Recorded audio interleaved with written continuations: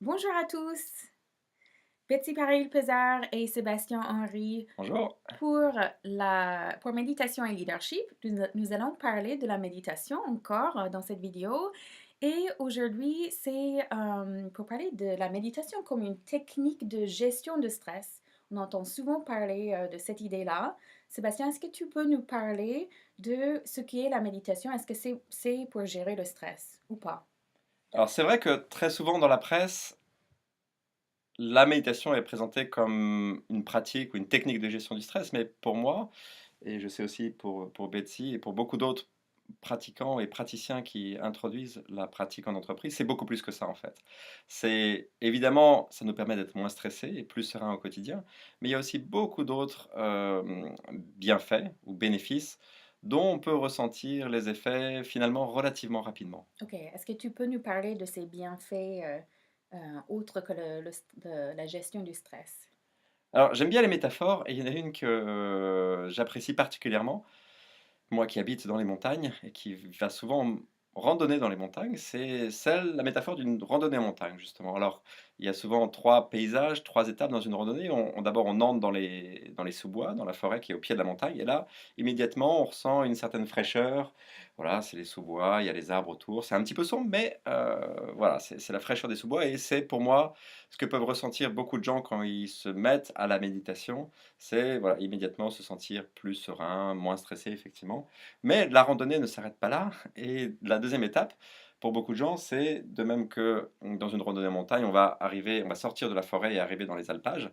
Il y a une sensation d'ouverture, de respiration plus profonde et là, les effets qui sont souvent décrits par les gens qui méditent régulièrement, c'est plus de créativité, on se sent aussi plus relié aux autres et puis une lucidité, une connaissance de soi plus fine.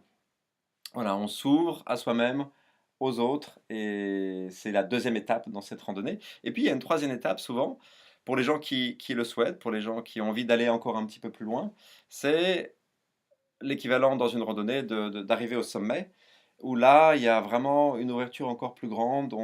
Alors dans une randonnée, on voit la vallée, au fond, on voit les autres sommets et dans l'entreprise, dans son travail au quotidien, ça peut être, voilà, une vision plus large de son rôle.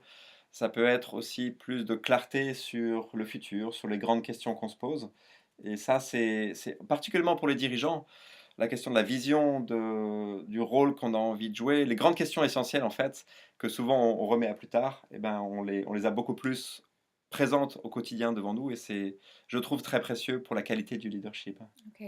Donc, pour un dirigeant, c'est particulièrement intéressant de commencer une pratique auquel on peut ressentir des bienfaits au début, mais ce que tu es en train de nous dire, c'est qu'il y a d'autres choses, en fait, au-delà de ça, et au fur et à mesure de la cultivation de cette pratique, on peut expérimenter encore des choses jusqu'à avoir un effet sur notre vision de notre activité.